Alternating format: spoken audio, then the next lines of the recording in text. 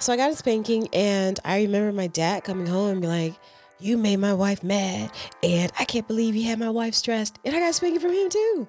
I was like, "Oh my god!" Like y'all double teaming me? Like what is this? And so I can say that when it came down to decisions and how my parents moved, they moved in unison.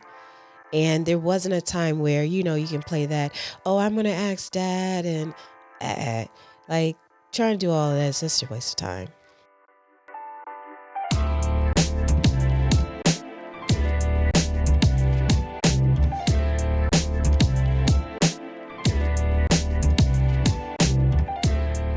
Well, I feel like this mindset didn't come out of nowhere, where you're able to be disciplined, be able to be educated, be able to be aware of your surroundings and what's going on to where people don't take advantage of you and expecting the best. So, where does that come from? What was your upbringing like? Where are you from? Where did you grow up? What's your story? Okay. So I have mom, dad, sister. It's just us four. And my parents were military.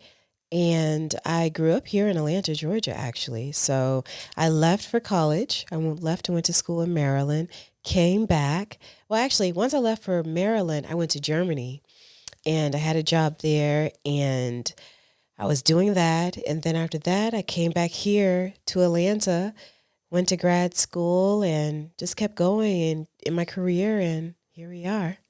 Here you are, huh? Yeah. So I can honestly say that I had a great upbringing. Like, man, like my mom, my sister, my dad, I love them. Like, I can't move without them. Hillary is my ace. And there's that comment, oh, that's my sister. And who is Hillary? Is My your sister. Yes, your Yes. sister. Okay. Thank you gotcha. for asking that. Okay. And, most people are like, oh, I like my sister. I like her. I rock with her. I care for her. And if she's in the wrong, and I'm going to stand 10 toes down for her. And when we get behind closed doors, I'm like, now, why you have me out here looking crazy? But for the most part, I can't move without my family. I can't move without them. They make me happy. I'm just thankful. Like my parents are military. Hillary is a good girl. She's in Dubai. She's a teacher. Yeah, we're all just there. She's a good human. And my mom, she's a good person. My dad, he was good. Like they're just good people. And I'm thankful that God chose them to be my parents and sister, really. What were the privileges that you received when you grew up in a two-parent household? Privileges. That's a good question because at that age, I guess I can say it from looking back. I'll tell this quick story. So, I distinctly remember that I got in trouble and I got a spanking, right? My mom gave me a spanking. Ooh, a spanking. That's unheard of this day and age. But yes, keep going. Yeah, they are on this gentle parenting. I'll have to see what we got going on because we traditional and old school over here. So, pop, I don't know. But anyway, so I got a spanking and I remember my dad coming home and be like, "You made my wife mad, and I can't believe you had my wife stressed." And I got a spanking from him too. I was like, "Oh my god!" Like y'all double teaming me? Like what is this? And so I can say that when it came down to decisions and how my parents moved, they moved in unison. And there wasn't a time where, you can play that, oh, I'm going to ask dad and like trying to do all of that is just a waste of time. Well, what are your parents' story? Like, how did they get together and how did they form this perfect union? Say, hey, we No, want to get nothing's married. perfect. I don't think anything's perfect. Okay. I just think they were just two good human beings. Really. Like they worked on it and they're two good human beings. They were married and they brought up two good, kind, respectful human beings. I don't believe in like perfection. I always talk about it, but if we're being completely transparent, there's nothing perfect. It is just people continuously choosing each other day after day, time after time, and giving each other grace. And I can honestly say, I just saw two parents giving their all. My mom, my dad worked really hard. We're regular people. And education was always at the forefront for us. And being smart, being diligent. It wasn't about this conversation of like boys and dating. And I didn't get my first cell phone until I was in high school. So, and I think I was a senior at that, I wasn't able to shave my legs. I didn't wear makeup. It was very strict. And I think it depends on the child, right? And so for me, the strict wasn't like, oh my gosh, my parents hate me. They're stressing me out. I always saw it as they were sheltering me against something. And it was a good thing. And when I got to college, I was like, these people be like, yeah, I've been drinking since I was 10. I'd be like, what? What? Yeah. Yeah, I had my first boyfriend at like 15. What? How? Yeah, we was at the house. What? Whose house? You know what I'm saying? Yeah, I was skipping out of home. Were you? Where did you go? What door did you use? So, but I find that, but that's interesting too, though, because that's their story. And that makes the world such a better place by having so many different experiences.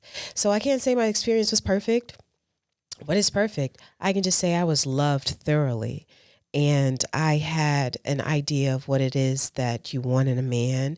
And my dad always worked, always worked. He took care of stuff. Yeah, because that was my next question. It's like, what have you learned from your parents and that you take into your everyday life? Diligent, hard work, consistency, and to be kind, to really be respectful and kind because you don't know who you'll meet again. And especially for me, anytime I'm with older people or I see somebody older, I always want to be exceptionally extra kind because if my mom is out by herself, I want someone to be gentle with her. And just be kind, do the work, stay focused. That's really what they were about.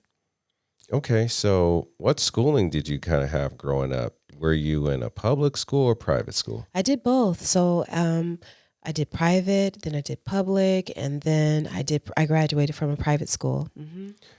Okay, you're a Black woman in this space. How was it going and being in a private school and learning how to navigate that? It's one thing being at home and you get your Blackness from your family and your background, but now you're trying to fit into all these different spaces with different races, different cultures. Like, how was that for you? And the key word is fit in. I never wanted to fit in. I never wanted to be like them. I didn't want that. I thought what I had was great. And keep in mind, the school that I happened to go to, they had drivers. One girl I distinctly remember because I speak German, so it was an international school, and I speak German.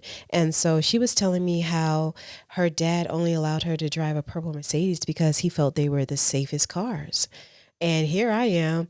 I'm like a senior waiting for my mom to pick me up. You know what I'm saying? Like, I'm just really thankful for the opportunity to be in these spaces, for the opportunity to go down West Paces, which is like where we have our governor's mansion, and to drive down that street daily to get to school to say, okay, this is what I can attain to. I can have this because I think nobody's doing anything more than you or I. They're just collecting their failures and keep pushing on. That's it. Well, I find that interesting because it seems like you were exposed to more than your other counterparts. What are the benefits of being in a private school compared to a public school? And what were you exposed to that you feel like kids from a public school were not able to actually have? I don't want to say that. I will say a different class of individuals, right? So we didn't have we didn't have locks on our lockers. For lunch, they did. It was really, so this is really funny. Back in high school, we could leave campus, right? And so during lunch, people would leave. And in Atlanta, there used to be a cheesecake factory. And they would go to the Cheesecake Factory. Keep in mind, I'm regular degular. And they had like their little debit cards. I remember I was like, Mom, I need a debit card too. I need a debit card too. And they would get their entrees. And I would just get onion rings. Onion rings and water. And that was good enough for me. It still didn't make me want to be a part of that, like be like them, because I liked what I had. I liked the ability to just jump in, experience, and go back home. Mm-hmm.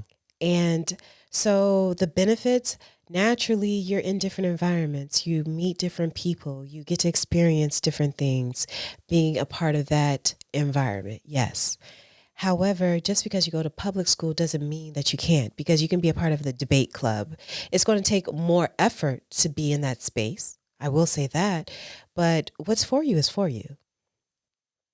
If you can be in a public school and be in an IB program, right? And that's International Baccalaureate program. And with that, you can still be, you're going to meet different people. And I don't know if it's personally the person, because there are people who go to these affluent schools and what do they come out to, right? It's inside. What type of drive do you have? What type of person are you? What is it that you want for your life? Mm-hmm. And just because you go to a public school doesn't mean that you can't accomplish something the same type of thing that a person has been at an affluent school. And that's the same for college, right? It just makes it easier for those students that go to Harvard. And I use the term easier loosely, but your network is your net worth. But there are people who went to FAMU who have businesses just like people who went to Harvard, and the businesses are probably scaled. It's just the journey in which they went to get there. It might have been a little more rockier because they didn't have that network. Mm-hmm. But still, there are people who probably went to Harvard and they don't do quite much. Okay. It just really depends on the person. And you do get the environment and you get the network, but what do you do with it? That's what the question is. Well, what is it that you want to represent to other people? How do you want people to perceive you? As a kind person, I really do. As just a kind, good human being. That is really important to me. Like, I'm a no friction type of person. I really want to be seen respectfully. I'm a person of loyalty, generous, respectful, kind, a good heart, and a family, very family oriented. I want you to see that. Intelligent too, right? So, yes.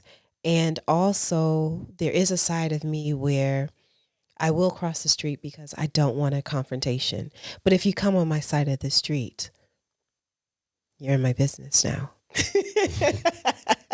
You're in my business now. And so we will address it accordingly. But I am that person across the street first.